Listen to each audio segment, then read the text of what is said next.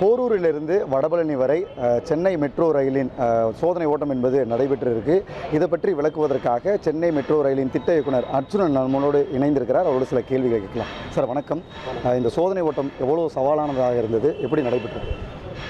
இந்த பூந்தமல்லியிலேருந்து போரூர் வரைக்கும் போன வருடம் ஜூன் மாதம் சோதனை ஓட்டம் நடத்தினோம். முதல்ல டவுன் லைனில் நடத்தினோம், அப்புறம் அப் லைனில் நடத்தி இப்போ அங்கே எல்லா டெஸ்டிங்கும் முடிஞ்சிருச்சு. நாங்கள் திட்டமிட்டபடி அதை போரூர் டு பூந்தமல்லி டிசம்பர் 25 திட்டமிட்டிருந்தோம். அதுபடி எல்லா ஒர்க்கும் முடிஞ்சிருச்சு. இந்த சமயத்தில் தான் இந்த போரூர்லேருந்து வடபழனி வரைக்கும் கமிஷன் பண்ணால் மக்களுக்கு நன்றாக இருக்கும்னு சொல்லிவிட்டு இதை நாங்களாக, அதனுடைய முக்கியமான காரணமே மேனேஜிங் டைரக்டர் தான். அவங்க தான் எல்லோரும் தயக்கமாக இருந்த போது கூட அவர் இதுவரைக்கும் செஞ்சால் என்னென்று ஒரு 4 மாதத்துக்கு முன்னாடி முடிவு பண்ணும்போது நாங்களாக இந்த போரூர்லேருந்து வடபழனி இந்த டார்கெட் ஜூன் 2026 தான் இருந்துச்சு. அப்படி இருந்தாலும் இதை நம்ம ஏன் முயற்சி பண்ணக்கூடாதுன்னு சொல்லிட்டு ட்ரை பண்ணும் பொழுது நிறைய ரிசோர்ஸ் தேவைப்பட்டது. அந்த ரிசோர்ஸ் சிவிலு, ட்ராக்ஷன் எல்லாம் இருக்கும். நாங்கள் சிவில் ரிசோர்ஸஸ் எல்லாம் எல்லா கிரேனும் இப்போ எல்என்டி தான் அதில் ஒர்க் பண்ணுறாங்க. எல்என்டி பல இடங்களில் ஒர்க் பண்ணுறாங்க.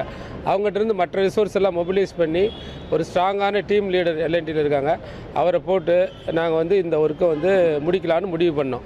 அதே சமயத்தில் ட்ராக்கும் 4 மாதத்துக்கு முன்னாடி 14,000 கிலோமீட்டர் 16,748 கிலோமீட்டர் மீட்டர் பண்ணணும்.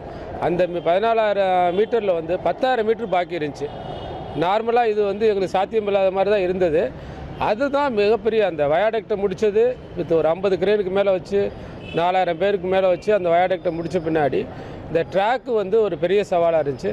அது இரவு பகலாக அந்த ரயிலை தூக்கி அதை வெல்டு பண்ணி அந்த ரயிலை புல் பண்ணி அப்புறம் நாங்கள் 500 பேரை வச்சு நாங்கள் ட்ராக்கை முடிச்சிட்டோம். இப்போ அப்லைன் டவுன் லைன் ரெண்டுலேயுமே ட்ராக்கை முடிச்சிட்டோம். அதுக்கடுத்து ட்ராக்ஷனுக்காரவங்களும் ரொம்ப கஷ்டப்பட்டாங்க. அவங்க ஒவ்வொரு ஓச்சி மாஸ்டர் நைட்டில் தான் தூக்கி இறக்கி அதுவும் இப்போ முடித்ததுனால இந்த சோதனை ஓட்டம் சாத்தியமாச்சு. இது ஒரு நடக்காதுன்ற மாதிரி தான் தோணுச்சு. பட் அந்த டீம் ஒர்க் எஃபர்ட்டு அந்த சென்னை மெட்ரோவில் எப்போவுமே நிறைய பாசிட்டிவ் மைண்டான மேனேஜர்ஸ் இருக்காங்க. கன்சல்டன்சிலையும் சரி, கான்ட்ராக்டர் சைடு சரி, சென்னை மெட்ரோவில் சரி, அவங்கெல்லாம் ஒரு டீமாக ஒர்க் பண்ணதுனால தான் இன்றைக்கி இந்த சோதனை ஓட்டமே முடிஞ்சது. ஏன்னா அது டபுள் டக்கரால் இன்வால்வ் ஆன இடம், லேண்டு பிரச்சனை இருக்குது, கிரேன் வைக்கிறதுக்கு இடம் இல்லை, வீட்டு பக்கத்துலேயே இப்போ நாங்கள் ஷட்டரிங், ஸ்கேஃபோல்டிங்லாம் பண்ணிகிட்ருக்கோம். ஸோ இந்த சோதனை ஓட்டம் இப்போ முடிஞ்சதுக்கு காரணமே ஒரு டீம் ஒர்க்குன்னு சொல்லலாம், விடாமுயற்சி.